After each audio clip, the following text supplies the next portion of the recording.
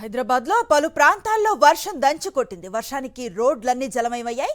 ఆఫీసులు ముగించుకొని ఇళ్లకు వెళుతూ ఉన్న ఉద్యోగులు ట్రాఫిక్ లో చిక్కుకుపోయి నానాయాతన పడ్డారు.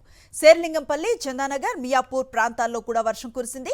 వాయుగుండం కారణంగా తెలంగాణకు వాతావరణ శాఖ వర్ష సూచన చేసింది. రాబోయే 3 రోజులు రాష్ట్రంలో పలు జిల్లాల్లో వర్షాలు కురుస్తాయని హైదరాబాద్ వాతావరణ కేంద్రం వెల్లడించింది.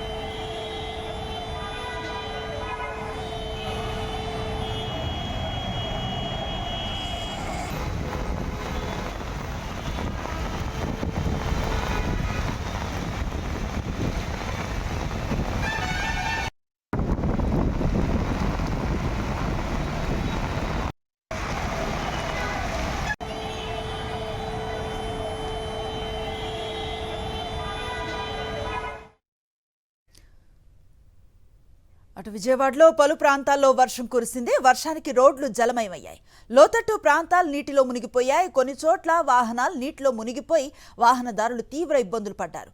ఎండలతో తీవ్ర ఇబ్బందులు పడ్డ బెజవాడ వాసులు వర్షంతో కాస్త సేద తీరారు.